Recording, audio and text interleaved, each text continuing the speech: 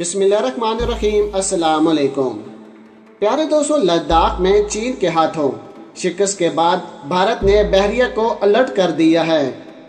نئی دلی انتظامیہ نے چین سے خوف محسوس کرتے ہوئے ایسٹرن اور ویسٹرن نیوی کمانڈ کے تمام ابدوزوں اور جہاز ابنائے ملاقہ میں آپریشن کے لیے تیار کر دیے اور ان کو مکمل طور پر ہائی الرٹ کر دیا ہے۔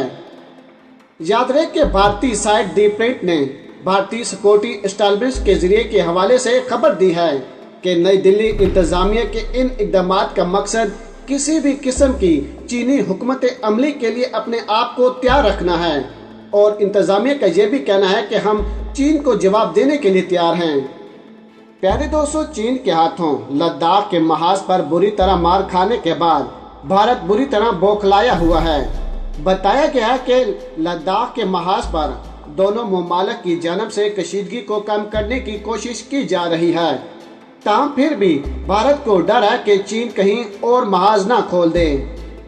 بھارت مسلسل اس خوف میں مبتلا ہے کہ چین اسے لداخ کے محاذ پر الجھا کر کہیں اروناچل پردیش کے مقام پر نیا محاذ نہ کھول دے۔ یاد رہے کہ بھارت اس خوف میں بھی مبتلا ہے کہ اسے چین کے دوست پاکستان سے لائن آف کنٹرول پر کسی چیلنج کا سامنا نہ کرنا پڑ جائے۔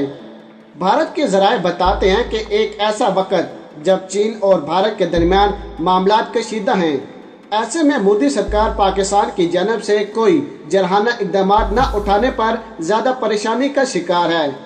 اس لیے مودی سرکار نے اپنی تینوں مسلح افواج کو الرٹ کر دیا ہے۔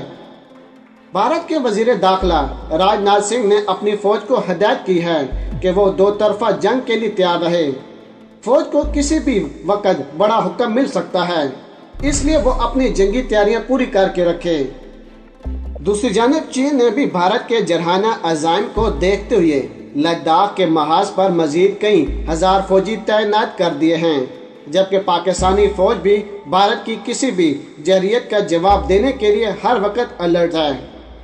پیارے دوستو، دوسری طرف اہم خبر سے آپ کو آگاہ کرتے چلیں کہ دنیا کے جدید ترین لڑاکا جیٹس میں شمار ہونے والے فرانسیسی جنگی طیارے رافیل بدھ کو انڈیا پہنچ گئے ہیں۔ ان طیاروں کو ریاست ہریانہ میں واقع امبالہ کے فضائی اڈے پر انڈین فضائیہ میں شامل کیا جائے گا۔ مزید ویڈیو کو آگے بڑھانے سے پہلے ہماری گزارش ہے کہ جن احباب نے ابھی تک ہمارے چینل کو سبسکرائب نہیں کیا وہ سب سے پہلے ہمارے چینل کو سبسکرائب کر دیں اور ساتھ میں جڑی بیل آئیکن کو بھی دبا دیں، تاکہ نیوز سے ریلیٹڈ جب بھی ہم کوئی ویڈیو اپلوڈ کریں وہ سب سے پہلے آپ احباب کو مل سکے۔ پیارے دوستو، انڈیا کے وزیر دفاع کے آفس سے کی جانے والی ٹویٹ میں کہا گیا ہے کہ پرندے انڈین فضائی حدود میں داخل ہو چکے ہیں، امبالہ میں لینڈنگ مبارک ہو۔ انڈیا کی خبر رساں ایجنسی ANI نے ان 5 رافیل طیاروں کی انڈیا کی فضائی حدود میں لی گئی چند تصاویر بھی شیئر کی ہیں۔ اس سے قبل انڈین فضائیہ نے فضا میں 30,000 فٹ کی بلندی پر ان طیاروں میں ایندھن بھرنے کی تصاویر بھی شیئر کی تھیں۔ اطلاعات ہیں کہ انڈیا ان جنگی طیاروں کے لیے ہیمر میزائل خریدنے کے ایک سودے کو بھی حتمی شکل دے رہا ہے۔ رافیل جنگی طیارے فرانس کے میرانا فضائی اڈے سے منگل کو انڈیا کے لیے روانہ ہوئے تھے۔ یہ جنگی طیارے تقریباً 7,000 کلومیٹر کا سفر طے کرتے ہوئے انڈیا پہنچے ہیں۔ ان جنگی طیاروں کو انڈین فضائیہ کے پائلٹس اڑا کر انڈیا لائے ہیں۔ طیارہ ساز کمپنی ساؤتھ کمپنی نے انڈین فضائیہ کے پائلٹس اور انجینئر کو اس طیارے اور اس میں نپس میزائل اور بمبوں کے بارے میں مکمل تربیت فراہم کی ہے۔ یاد رہے کہ یہ جنگی طیارے ایک دن میں ہی انڈیا پہنچ سکتے تھے، لیکن انہیں یہاں لانے سے پہلے ابو ظبی کے نزدیک فرانس کے فضائی اڈے پر اتارا گیا تھا۔ ان جنگی جہازوں کو فضائیہ میں شامل کیے جانے کی باضابطہ تقریب آئندہ مہینے کسی وقت بھی متوقع ہے۔ پیرس میں انڈین سفارخانے کی طرف سے جاری کیے گئے ایک بیان کے مطابق فرانس نے یہ جنگی طیارے مقررہ وقت کے اندر انڈین فضائیہ کے حوالے کیے ہیں۔